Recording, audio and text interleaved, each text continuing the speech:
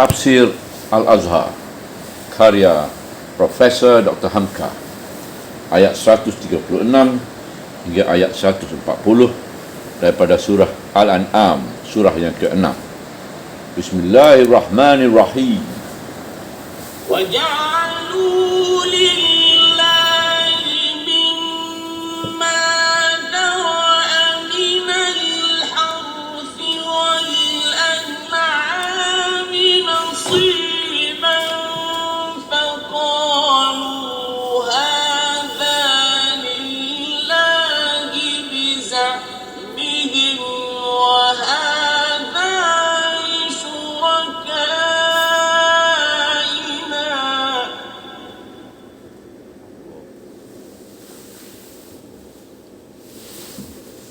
فَقَالُوا هَذَا لِلَّهِ بِزَعْمِهِمْ وَهَذَا لِشُرَكَائِنَا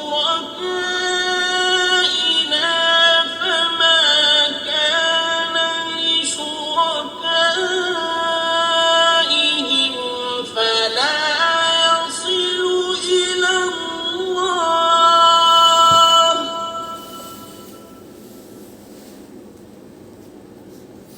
فَمَا كَانَ لِشُرَكَائِهِمْ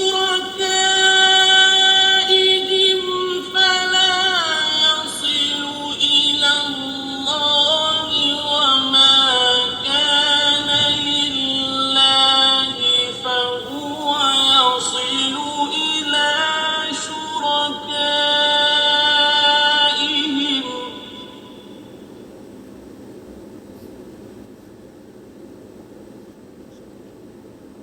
سَاءَ مَا يَحْكُمُونَ.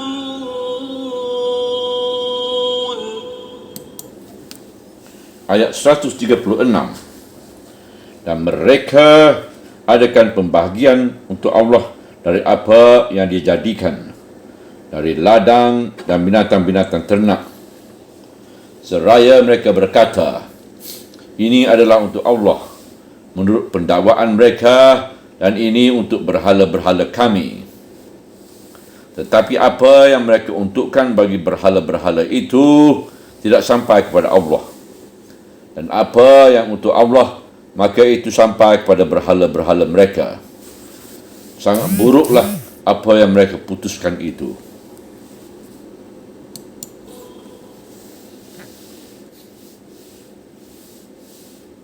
وَكَذَلِكَ زَيَّنَ لِكَثِيرٍ مِّنَ الْمُشْرِكِينَ قَتْلَ أَوْلَادِهِمْ شُرَكَاؤُهُمْ لِيُرْدُوهُمْ وَلِيَلْبِسُوا عَلَيْهِمْ دِينَهُمْ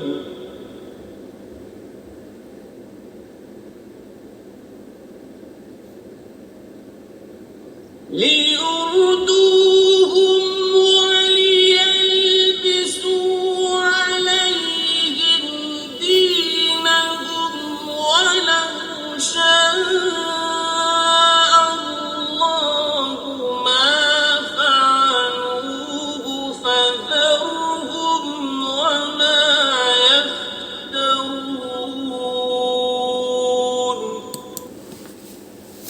Ayat 137.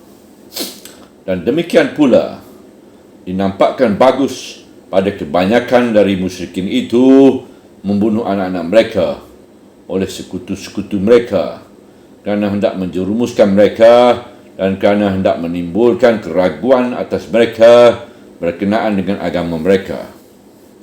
Kalau Allah menghendaki, nescaya tidaklah mereka berbuat begitu.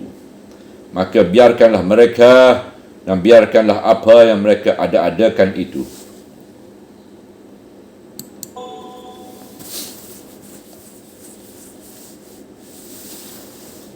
وَقَالُوا هَٰذِهِ أَنْعَامٌ وَحَرْثٌ حِجْرٌ لَّا يَطْعَمُهَا إِلَّا مَن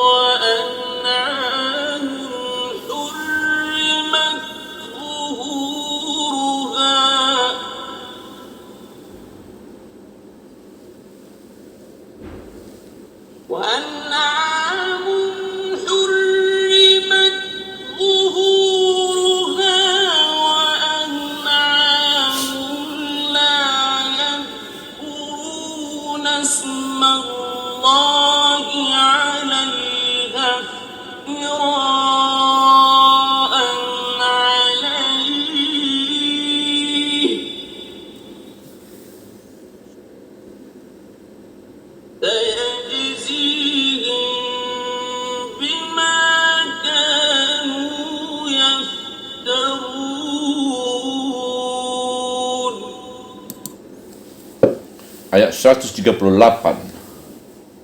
Dan mereka berkata, ini adalah binatang-binatang ternak dan ladang larangan yang seorang pun tidak boleh memakannya kecuali siapa-siapa yang kami kehendaki. Menurut pendawaan dan beberapa binatang ternak yang diharamkan menungganginya dan beberapa binatang ternak yang tidak disebut nama Allah ketika menyembelihnya kerana mengada-ngadakan atasnya, maka dia akan membalas kepada mereka dari apa yang telah mereka ada-adakan itu.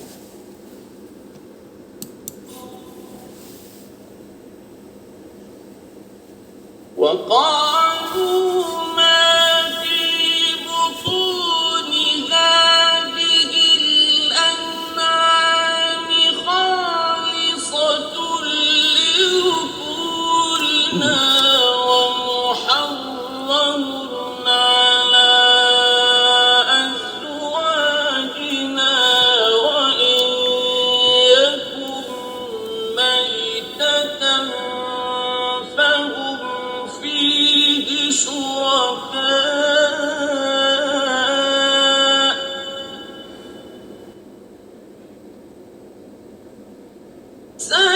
سيجزيهم وصفهم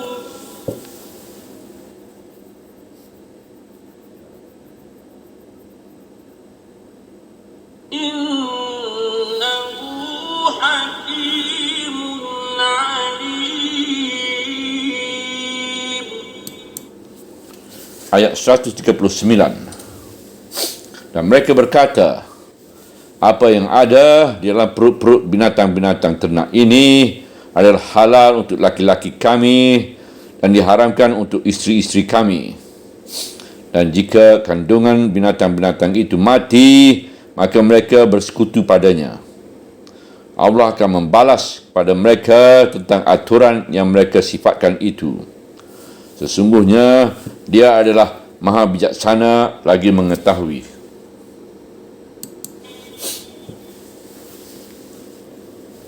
قد خسر الذين قتلوا أولادهم سفها بغير علم وحرموا ما رزقهم الله افتراء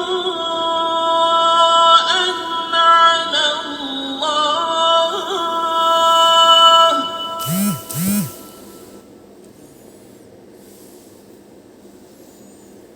قد ضلوا وما كانوا مهتدين. Ayat 140. Sesungguhnya telah rugi orang-orang yang membunuh anak-anak mereka kerana pandir dan tidak mempunyai pengetahuan, dan telah mereka haramkan apa yang telah dikurniakan Allah kepada mereka semata-mata kerana dibuat-buat saja dusta atas nama Allah. Sesungguhnya mereka telah sesat dan tidaklah mereka mendapat petunjuk. Kaum yang musyrik itu telah ditantang, bekerjalah kamu menurut kesanggupan yang begitu luas yang ada padamu, dan aku pun akan bekerja pula. Tetapi kamu tidak akan berhasil sebab kamu zalim atau gelap. Kezaliman dan kegelapan tidak pernah diberi bahagia oleh Allah. Untuk membuktikan kezaliman atau kegelapan itu, maka pada ayat-ayat yang seterusnya ini dikemukakanlah beberapa amal atau pekerjaan mereka yang kacau, yang tidak masuk akal dan tidak berujung berpangkal, padahal mereka katakan agama. Dan mereka adakan pembagian untuk Allah dari apa yang dia jadikan dari ladang dan binatang-binatang ternak, seraya mereka berkata, ini adalah untuk Allah menurut pendawaan mereka, dan ini untuk berhala-berhala kami. Pangkal ayat 136. Artinya bahawasanya setengah dari kekarutan ibadat mereka ialah menentukan hasil ladang atau pertanian dan hasil peternakan, sebagai suatu persembahan kepada Allah dan kepada berhala mereka. Setelah kedua hasil itu, mereka kumpulkan lalu mereka bagi dua. Sebahagian mereka katakan, ini untuk Allah. Dan untuk yang sebahagian lagi mereka katakan, ini untuk berhala kami. Ketika mereka mengucapkan perkataan ini adalah untuk Allah, sudah mulailah ditegur dalam ayat dengan kata, menurut pendakwaan mereka, atau menurut pengakuan mereka, padahal pengakuan itu salah. Sebab di pangkal ayat sudah dijelaskan bahawasanya ladang dan ternak itu Allah yang menjadikan. Maka meskipun mereka mengatakan ini untuk Allah, namun perkataan mereka itu adalah satu kesalahan besar. Sebab di samping itu, mereka pun berkata ini untuk berhala kami. Padahal yang menjadikan sawah, ladang dan ternak itu sedikit pun berhala tidak campur. Kononnya menurut beberapa riwayat, pembahagian yang mereka adakan untuk Allah itu ialah buat diberikan kepada fakir miskin atau untuk menjadi jamuan kepada tetamu. Dan yang diberikan untuk berhala itu adalah untuk pembelanjaan memelihara berhala dan belanja juru-juru kuncinya. Tetapi ada yang ganjil lagi, iaitu tetapi apa yang mereka untukkan bagi berhala-berhala itu tidak sampai kepada Allah. Dan apa yang untuk Allah, maka itu sampai kepada berhala-berhala mereka. Artinya, segala pembahagian yang telah mereka tentukan untuk berhala itu tidak sampai kepada Allah.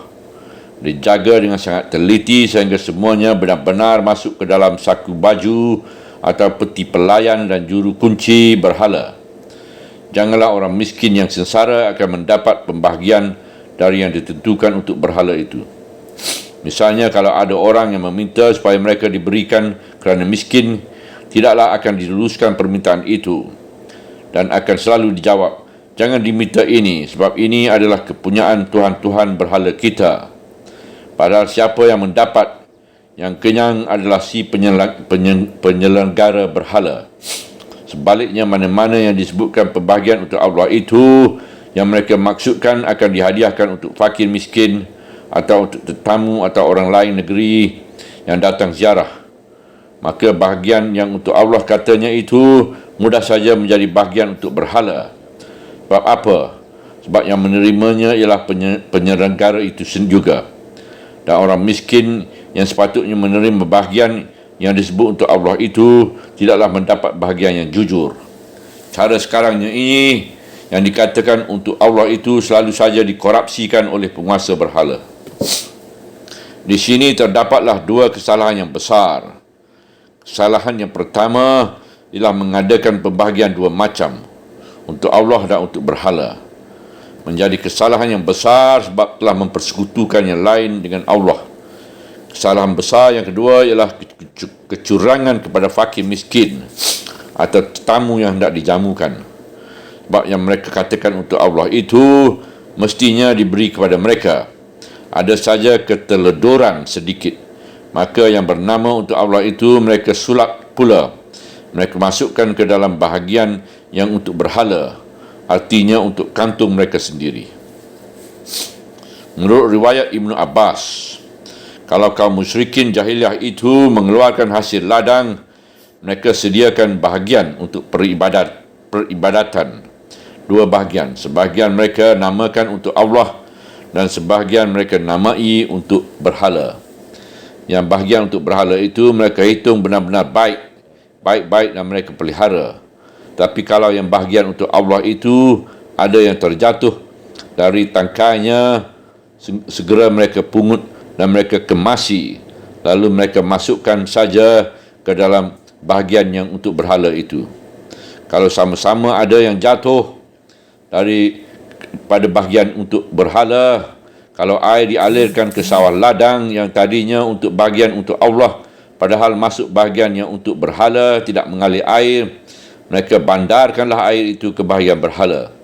Biar yang bahagian untuk Allah itu tinggal kering. Lalu mereka tentukan pula binatang-binatang yang mereka namai Bahirah dan Saibah dan Wahilah dan Ham.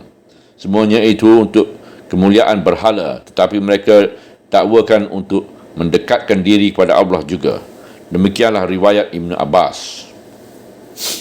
Menurut riwayat Abdul Rahman bin Zaid bin Aslam, apapun yang mereka katakan ditentukan untuk Allah itu, tidaklah mereka menyembelihnya.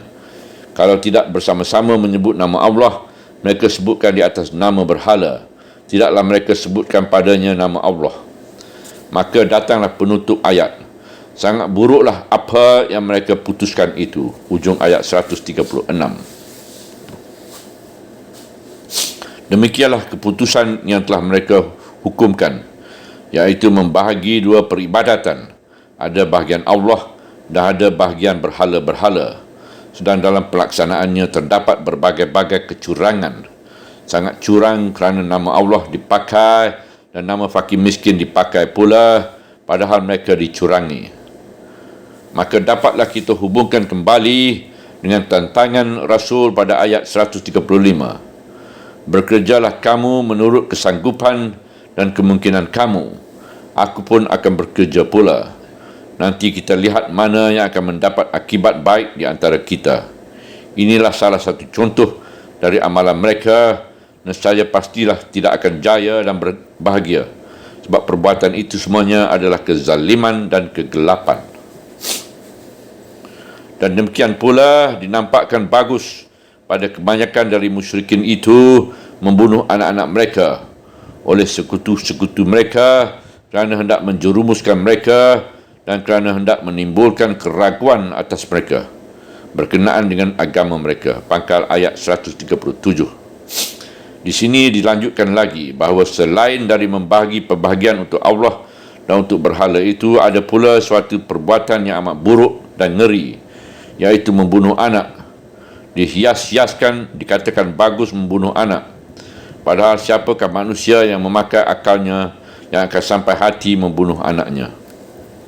Siapakah yang menghias-hiaskan pekerjaan yang sangat buruk ini, membunuh anak, sehingga oleh kerana lemak manisnya tutur kata, orang yang dibujuk dihasi itu terpesona lalu menurut saja. Pembujuk itu ialah syuraka'uhum, iaitu ketua-ketua agama yang selalu memasukkan pengaruh dan mempesona, membuat berbagai aturan dari khayalan sendiri, padahal tidak berasal dari kebenaran dan ilmu. Kerana pandainya ketua-ketua agama itu membujuk dan merayu, sampai ada musyrikin itu yang membunuh anaknya. Ada yang membunuh anak laki-laki kerana takut akan miskin, dan ada pula yang membunuh anak perempuan kerana takut akan mendapat malu. Membunuh anak-anak kerana takut miskin itu, ini sampai dinyatakan larangannya pada surah Al-Isra, surah 17 ayat 31, dan dalam surah Al-Takwir, iaitu surah 81 ayat 8 hingga ayat 9.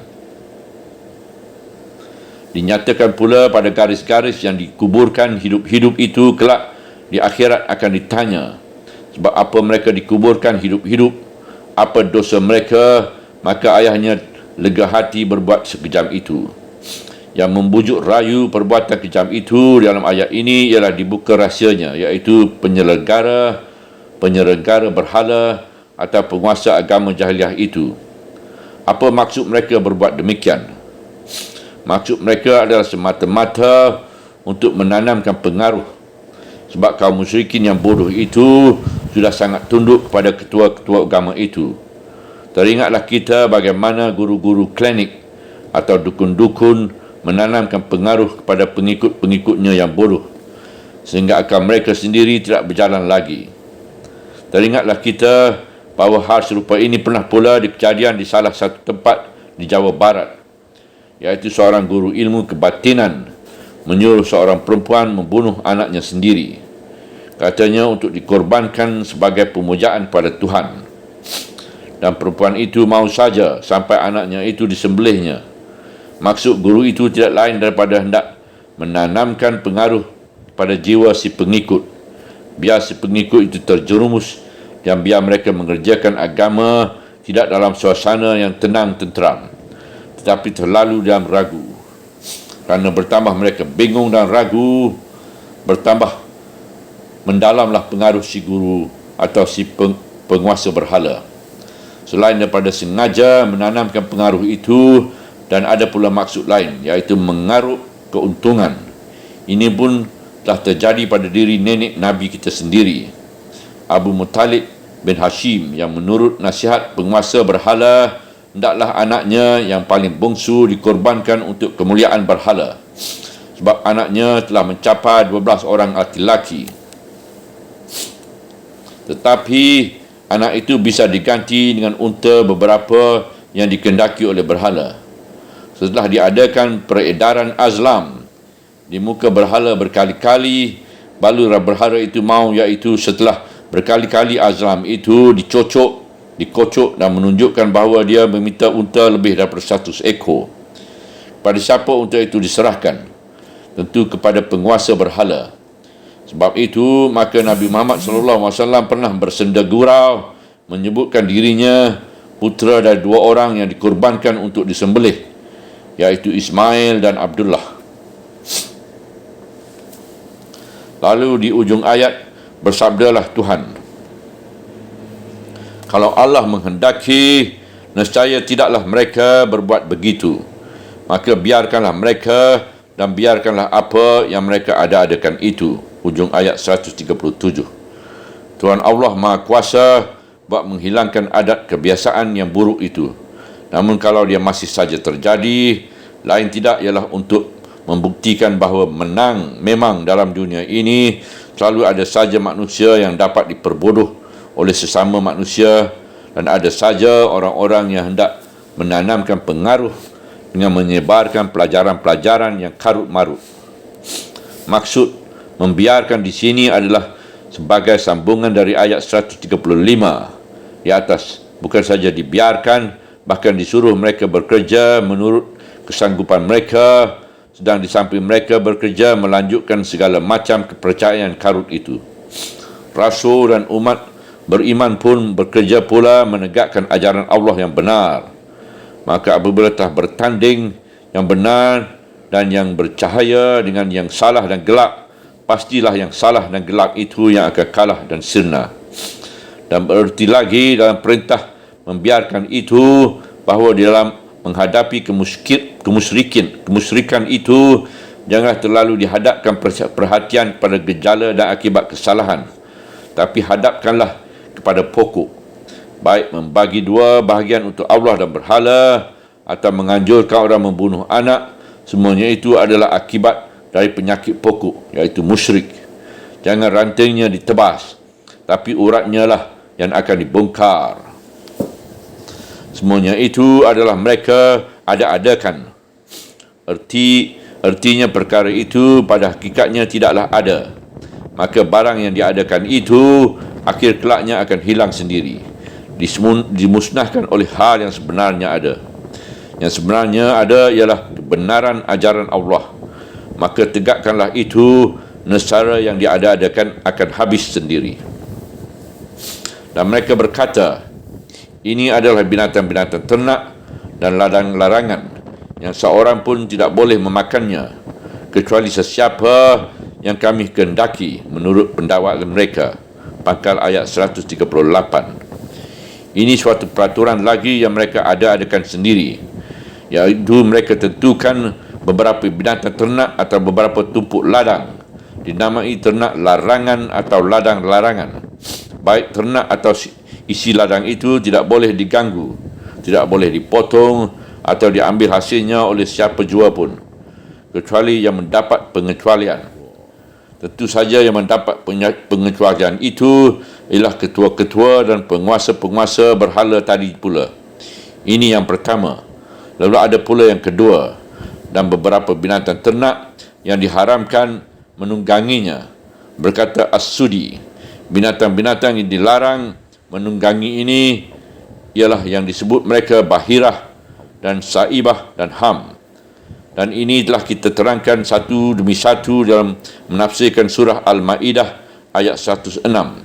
Yang ketiga ialah dan beberapa binatang ternak yang tidak disebut nama Allah ketika menyembelihnya. Berkata Mujahid, ada segolongan unta mereka yang tidak disebut-sebut nama Allah sedikit juga ketika mempergunakan unta itu, baik seketika mereka tunggangi atau seketika mereka memeras susunya, atau seketika dipikuli beban, atau seketika dikerahkan untuk kerja-kerja lain. Itulah 3 macam lagi selain daripada macam-macam yang lain tadi. Semuanya itu adalah kerana mengada-ngadakan atasnya, iaitu peraturan-peraturan yang mereka buat-buat dan mereka ada-adakan sendiri, tetapi mereka namai menjadi sebahagian daripada ibadat agama. Artinya disangkut pautkan dengan nama Allah, maka dia akan membalas kepada mereka itu dari apa yang telah mereka ada-adakan itu. Ujung ayat 138.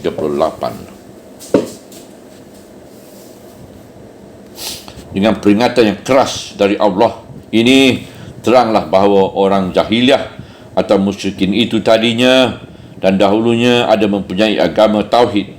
Memang itulah agama pusaka Nabi Ibrahim dan Ismail yang bernama Hanif.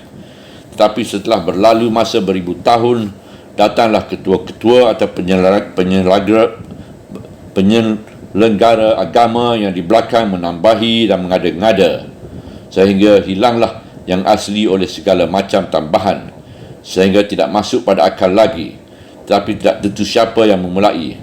Maka oleh anak cucu di belakang dipertahankan dengan keras, tidak boleh diubah atau dikembalikan pada asal. Siapa yang berusaha mengembalikan pada asal dimusuhi mereka. Di ujung ayat ini Allah mengancam bahawa kesalahan mereka itu akan dibalas Allah. Dan mereka berkata, apa yang ada dalam perut-perut binatang-binatang tersebut, ternak itu adalah halal untuk laki-laki kami dan diharamkan untuk isteri-isteri kami. Pangkal ayat 139. Ini satu macam lagi peraturan yang mereka bikin-bikin. Sampai kepada yang masih dalam perut, ada lagi peraturan halal haramnya. Menurut suatu riwayat, yang dimaksudkan dengan binatang ternak di sini ialah yang mereka namai Bahirah atau Bahirah dan Saibah. Keduanya unta betina. Susunya hanya boleh diminum oleh orang-orang lelaki dan dilarang perempuan meminumnya.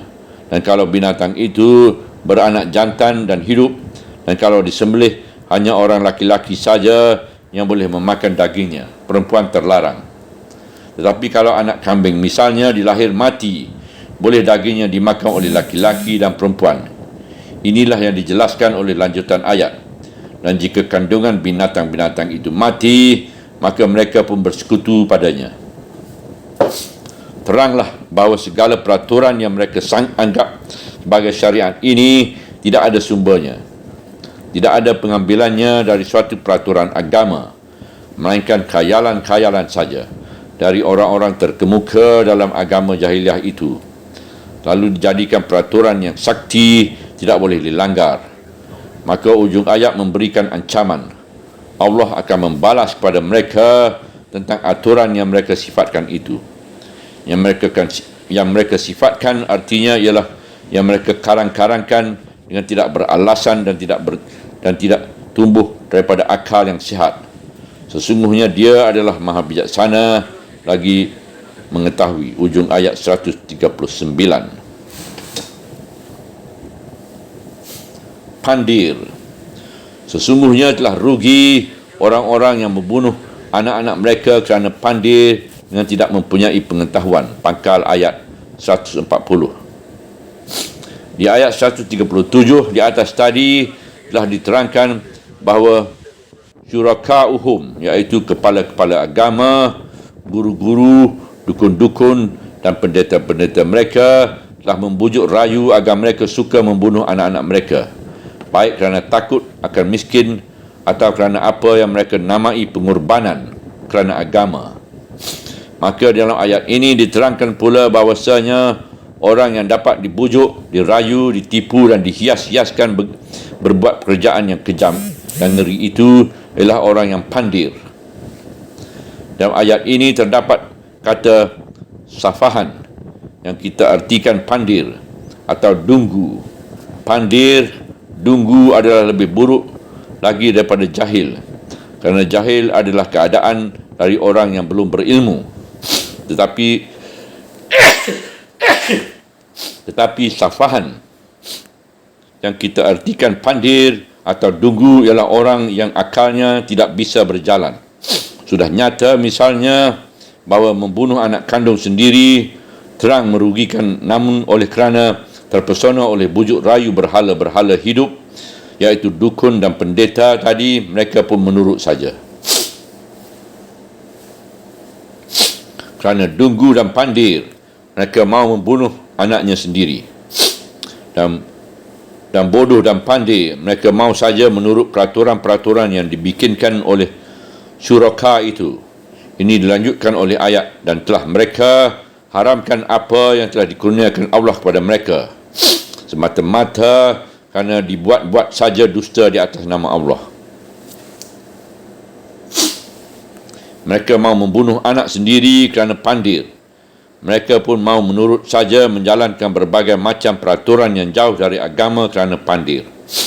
Mereka namai binatang ternak, ada saibah, ada bahirah dan lain-lain nama kerana pandir. Mereka buat peraturan hanya laki-laki yang boleh makan daging tertentu dan perempuan dilarang kerana pandir. Sehingga kurnia ilahi mereka haramkan atas diri mereka sendiri. Mereka diperbodoh, diperpandirkan, diperdungukan oleh pemimpin-pemimpin mereka sendiri. Sesungguhnya mereka telah sesat dan tidaklah mereka mendapat petunjuk. Ujung ayat 140. Dengan membaca ayat ini, apakah kesan yang timbul dalam fikiran kita? Kesan utama ialah bahawa peraturan yang kita akui hanyalah semata-mata peraturan dari Allah. Adapun peraturan buatan khayal manusia tidaklah kita terima kerana akan merugikan belaka. Kerana dia adalah khayal belaka, tahyul dan khurafah. Bukhari dan beberapa ahli hadis yang lain menerima riwayat dari Ibnu Abbas. Demikian bunyinya. Kalau engkau ingin tahu bagaimana bodohnya orang Arab jahiliah itu, bacalah ayat-ayat dalam surah Al-An'am ini yang menerangkan betapa pandirnya orang yang membunuh anak-anak mereka kerana pandir.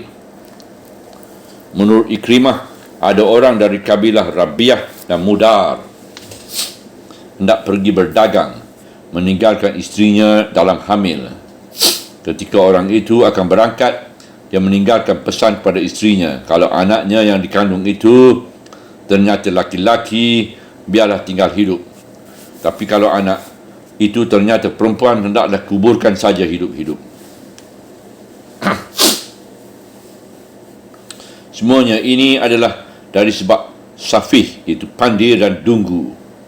Pemuka-pemuka agama yang tidak bersandar pada akal yang sihat mengambil kesempatan untuk memperkayakan diri dengan memperbesarkan pengaruh, dengan memperbodoh dan membuat pandir pengikutnya.